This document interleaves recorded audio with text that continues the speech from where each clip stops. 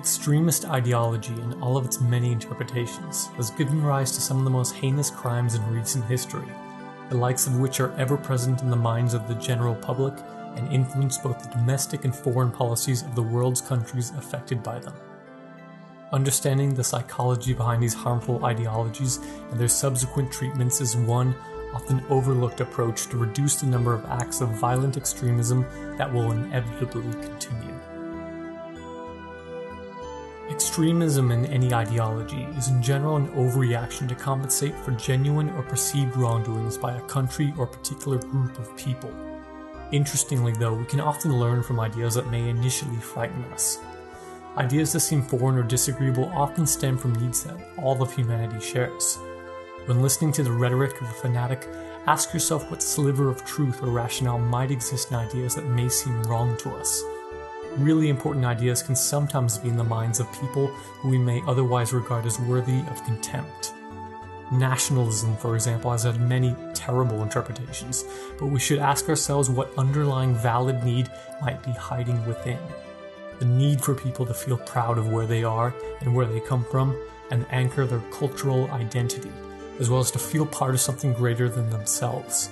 We live in egocentric times, and yet there's a big part of us that longs to live more collectively and to be proud of our respective nations and cultures. The cure for violent extremism is its opposite: compassion. Having compassion is not the same as being naive or being weak. Listening carefully to what someone says, trying to see the world through their eyes, this has nothing at all to do with agreement. If you start with a determined intent to disagree and attack someone's opinion, it serves only to confirm your opponent's prejudices, and yet you arrive at no real insight into how to win the hearts and minds of the very many people who likely do agree with your opponent's opinions. It may help to remember also that progress is messy. As a society, we generally go from one extreme to the next, to overcompensate for a previous mistake, before eventually making a wiser choice somewhere between extremes. As well as compassion, societies must also have opportunity. Having opportunity is of such paramount importance that we can predict societies that will breed extremists by their lack of it. Anytime there is large unemployment, inequality, lack of opportunity, or instability, any society will have to deal with extremism. Societies need to provide people with opportunity so that extremist organizations are not a viable option.